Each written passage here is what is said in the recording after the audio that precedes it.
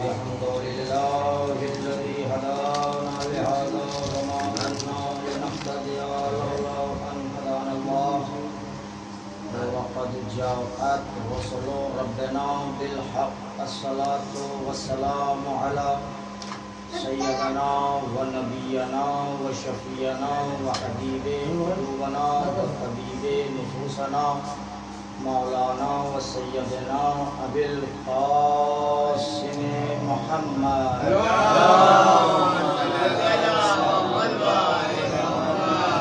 وآله الطيبين الطاهرين المعصومين المظلومين من يومنا هذا إلى قيام يوم الدين.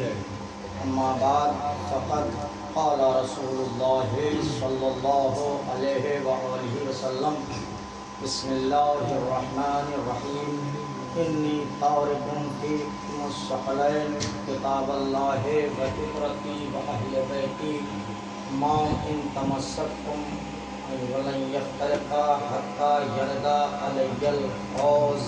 صلوات بھیجیں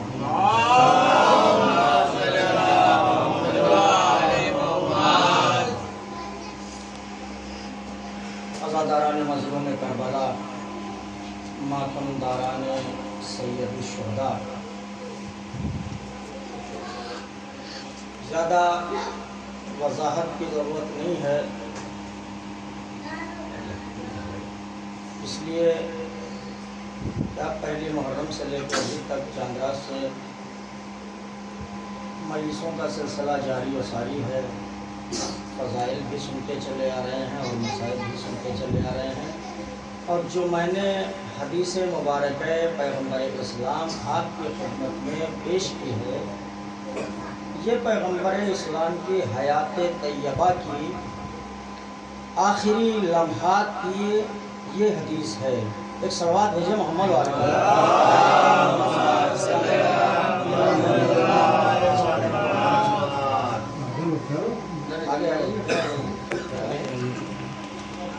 آگے بڑھے جائیے بھیا، آگے آ جائیے. آئیے دروازے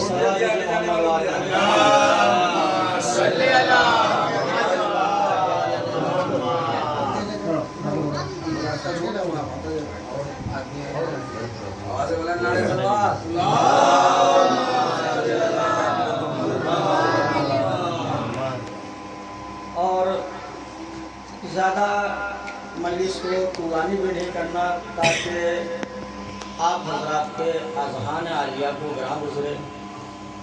وہاں تک بیان صحیح ہے جہاں تک اذہان متوجہ رہیں.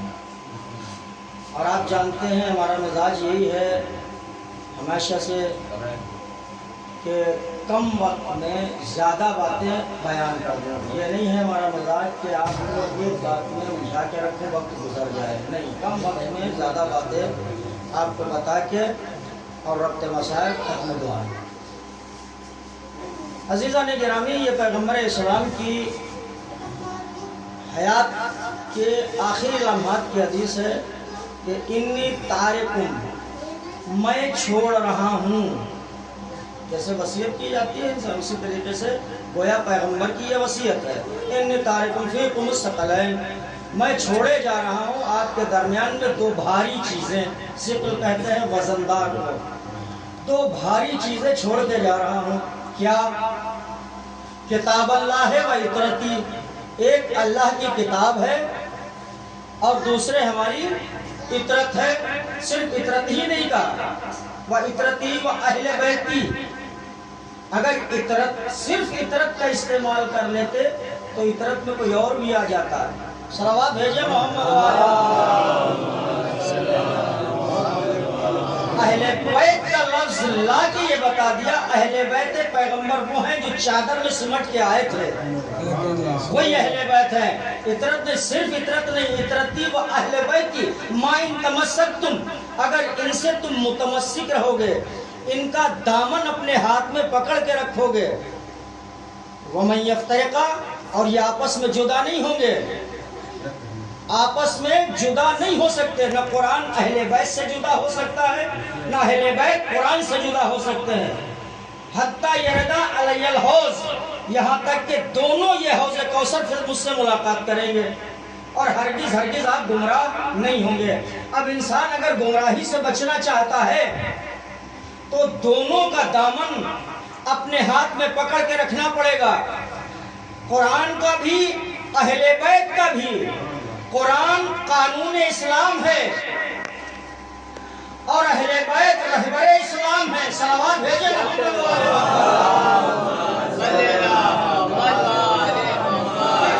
گرامی، صرف قرآن جنہوں نے پکڑا وہ بھی گمراہ ہو گئے اور جنہوں نے اہل بیت کو پکڑا وہ بھی گمراہ ہو گئے، اس لیے کہ پیغمبر نے فرمایا ہے کہ قرآن اور اہل بیت ایک دوسرے سے کبھی جدا ہو ہی نہیں سکتے۔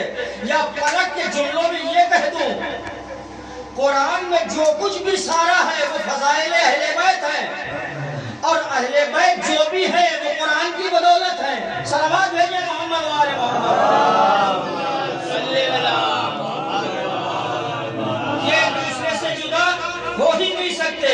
اب دنیا کے مسلمان جنہوں نے کہا قرآن کافی ہے تو ان کے لیے نجات کہاں ہے؟ نجات تو وہاں پیغمبر نے رکھی ہے جہاں اہل بیت ہیں، دونوں متمسک رہیں گے تو نجات ہے۔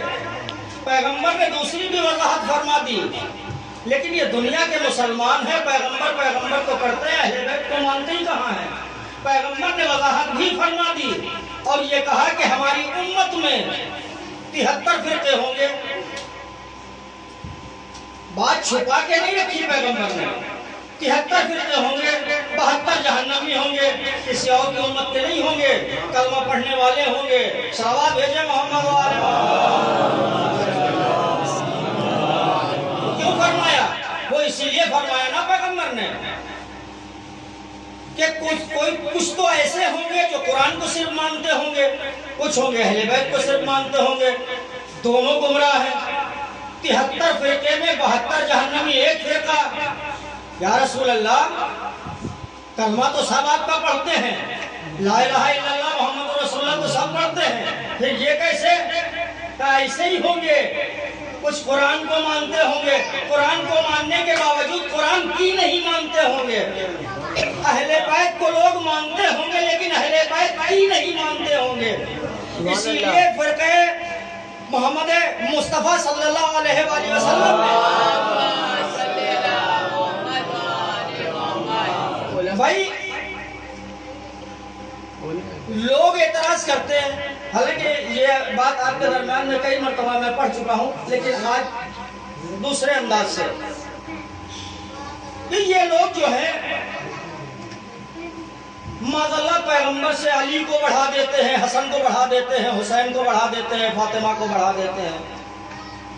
نہ ہم اتھارٹی اختیار یہ رکھتے ہیں کہ میں کسی کو گھٹاؤں، میں کسی کو کیسے گھٹا سکتا ہوں، میں کسی کو کیسے بڑھا سکتا ہوں۔ گھٹایا بڑھایا تو وہاں جاتا ہے جس کی کوئی حد ہو اس سے بڑھا دیا، جس کی کوئی حد ہی نہ ہو، لامحدود ہو، اس کو کون گھٹا سکتا ہے، کون بڑھا سکتا ہے؟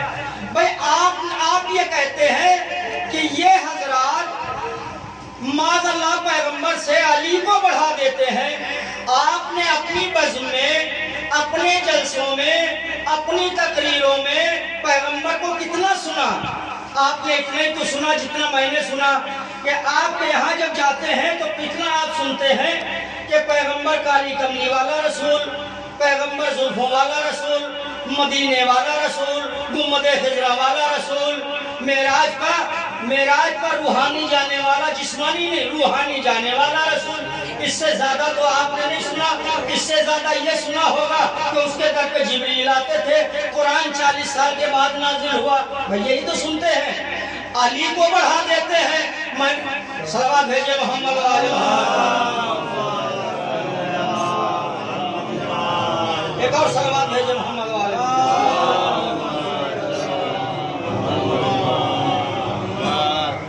جب علی، آپ اپنی بزم میں علی کا تذکرہ کرتے ہیں، صرف کرم اللہ وجہہ، ان کے فضائل میں، جب ہمارے یہاں پیغمبر کے فضائل آپ سنتے ہی نہیں ہیں تو آپ کو پتہ کیا چلے؟ اچھا میں تو علی کو فضائلوں میں، بھئی علی کی فضیلت تو میں کیا بیان کروں؟ علی بذات خود کچھ ہے ہی نہیں. دیکھیے بہت بڑی بات میں نے کہہ دی, آپ نے یہ جملہ سروں سے گزار دیا. بہت بڑی بات میں نے کہہ دی, میں کچھ علی کو اپنے حساب سے کہتا ہی نہیں. میں تو وہ کہتا ہوں جو خدا کہتا ہے اور رسول کہتا ہے. میں نے جب دیکھا یا رسول اللہ آپ نے کیا کہا, سب سے پہلے میں تو خدا سے سوال کروں, یا اللہ تو نے علی کو کیا سمجھا؟ جب اللہ کی آواز آئی کہ علی کچھ نہیں ہے, علی نے شب ہجرت بستر رسالت پر سو کے مرضی جو ہے میری مرضی خرید لی, اپنا نفس مجھے دے دیا. اب علی کے ذات کے پاس تو کچھ ہے ہی نہیں. میں نے کہا اللہ تو علی کو کیا سمجھتا ہے؟ علی نے کہا علی نہیں ہے کچھ, علی ید اللہ, علی عین اللہ, علی وجہ اللہ, علی لسان اللہ. صلوات بھیجے محمد وآل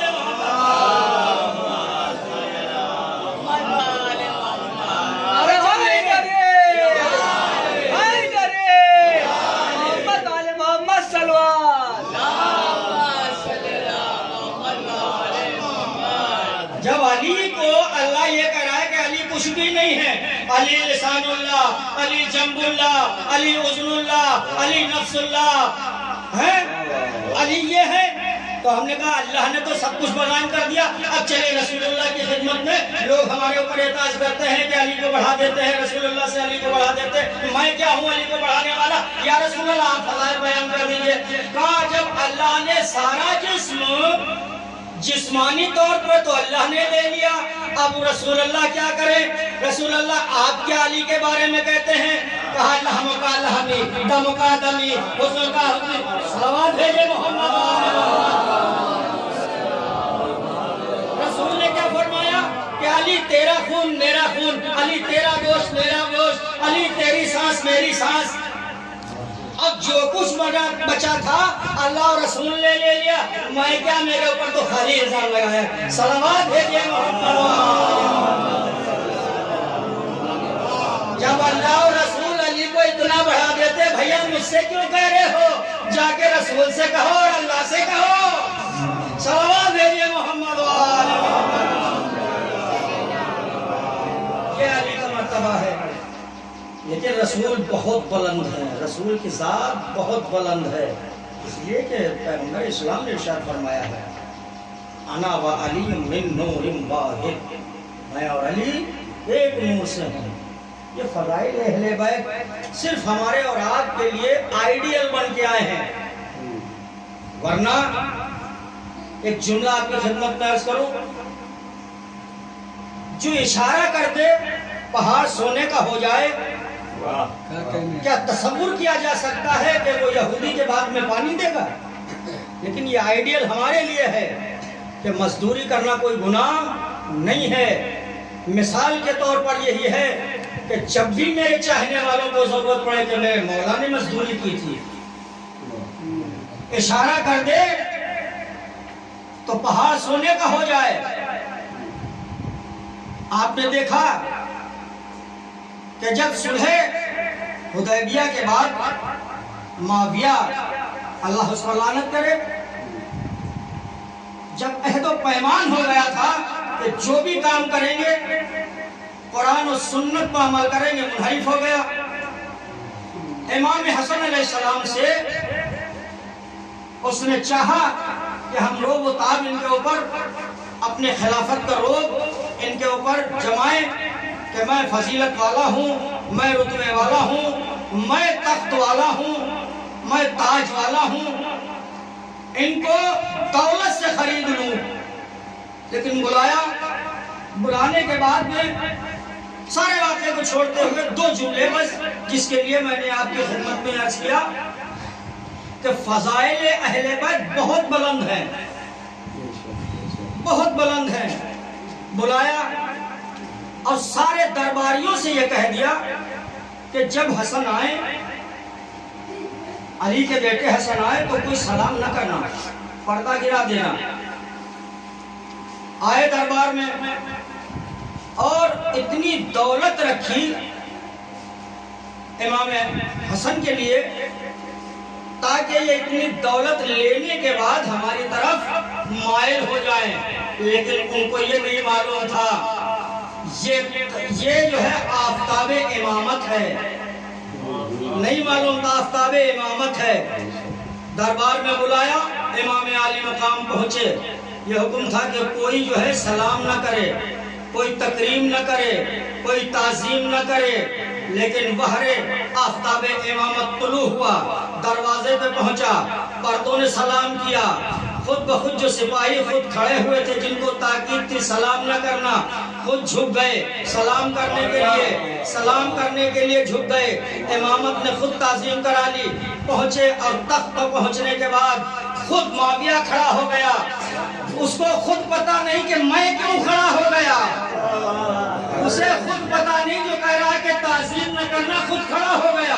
گفتگو ہوئی، شروع ہونے کے بعد ایک مرتبہ کہتا ہے کہ علی کے لال، اے علی کے بیٹے حسن، میں نے تمہیں یہ دولت دی ہے، راہ اسلام میں خرچ کر دیجئے گا، خرچ کر دیجئے گا۔ کہا اچھا، دولت انکار نہیں کی۔ دیکھیں امام کی امامت، انکار نہیں کی لیکن لے لی، لینے کے بعد برابر میں بیٹھے ہوئے اپنے چاہنے والے کے حوالے کی، اور جیسے ہی تخت پر چڑھے تھے چپلیں اپنی جوتیوں کو اتارا، لیکن وہ جوتیاں ایک دوسرے پہ پلٹ گئیں۔ جیسے ہی اشارہ کیا غلام کو، وہ چپل سیدھی کرنے کے لیے ہوا، جیسے ہی اس نے چپلیں سیدھی کی، اشارہ کیا ساری دولت اسے دے دے، صلوات بھیجئے محمد وآلہ محمد۔ وہ اتنی دولت جو حکومت یہ سمجھ رہی تھی کہ علی کے لال کو اتنی بڑی دولت دینے کے بعد میں خرید لوں گا، امام نے بتا دیا کہ یہ جو دولت تیری نظر میں دولت ہوگی، اتنی دولت تو میں ایک جوتیاں سیدھی کرنے والے کو دے دیتا ہوں۔ صلوات بھیجئے محمد وآلہ محمد۔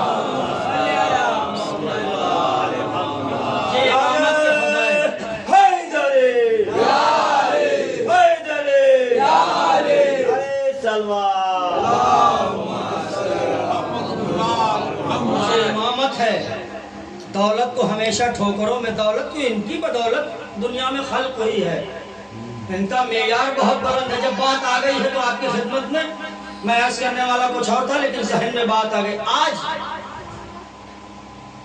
آپ اس بات کی تصدیق کریں گے،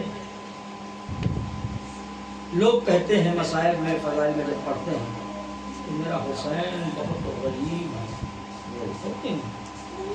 ہاں، حسین نے غریب کہا، کہ وہ جملہ بھی میں ابھی نہیں بیان کروں گا، آخر میں۔ کون کہتا ہے میرا حسین غریب ہے؟ میں تو کہتا ہوں کہ حسین غریب نہیں ہے۔ ہے کوئی دنیا میں میرے آقا و مولا جیسا جتنا امیر ہو؟ لوگ گنتیاں لگاتے ہیں کہ ورلڈ میں سب سے نمبر 1 دولت فلاں، اتنے کروڑ کی اتنی دولت ہے، اتنے ڈالروں میں اتنے ملین، اتنے خربوں میں ڈالر، لیکن میرے حسین کے دولت میں کوئی مقابلہ نہیں کر سکتا ہے۔ آئے دیکھے حسین کے کتنے عزا خانے ہیں، حسین کے اتنے کسی کے پاس گھر ہی نہیں ہے، دنیا کے لوگوں کے پاس کتنی دولت ہے۔ آپ ایک محرم کا اندازہ لگائیے کہ لوگ ایک ایک حسین کا عزادار کتنی دولت خرچ کرتا ہے۔ یہ ساری کی ساری دولت میرے حسین کی ہے، کوئی شمار کر سکتا ہے یہ کس کی دولت ہے؟ یہ حسین کی دولت ہے۔ حسین کے پاس اتنے عزا خانے ہیں جتنے کسی ملکوں کے بادشاہوں کے پاس آج تک زمین اور گھر نہ رہے ہوں گے، نہ اتنی حسین کے اتنی کسی کے پاس فوج ہے، نہ آج دنیا میں کسی کے پاس فوج ہوگی، نہ کھانا کھلانے کی فوج ہوگی، نہ دانا پانی دینے کی، نہ پانی پلانے تک کی فوج نہ ہوگی جتنی حسین کی فوج ہے۔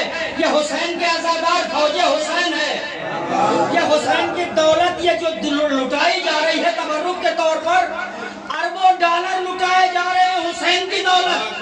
کون کہتا ہے میرا حسین غریب ہے؟ حسین کا ایک لمحہ بھی کوئی برداشت نہیں کر سکتا، حسین کے ایک عزادار کو نہیں کوئی کھلا سکتا۔ مان لیا جائے ایک وقت ایسا حسین اپنے سارے عزاداروں کو لے کے، سارے اپنے دیوانوں کو لے کے آ جائے تو کیا کائنات میں کسی کی ہستی ہے کہ ایک وقت کا کھانا دے سکے گی؟ نہیں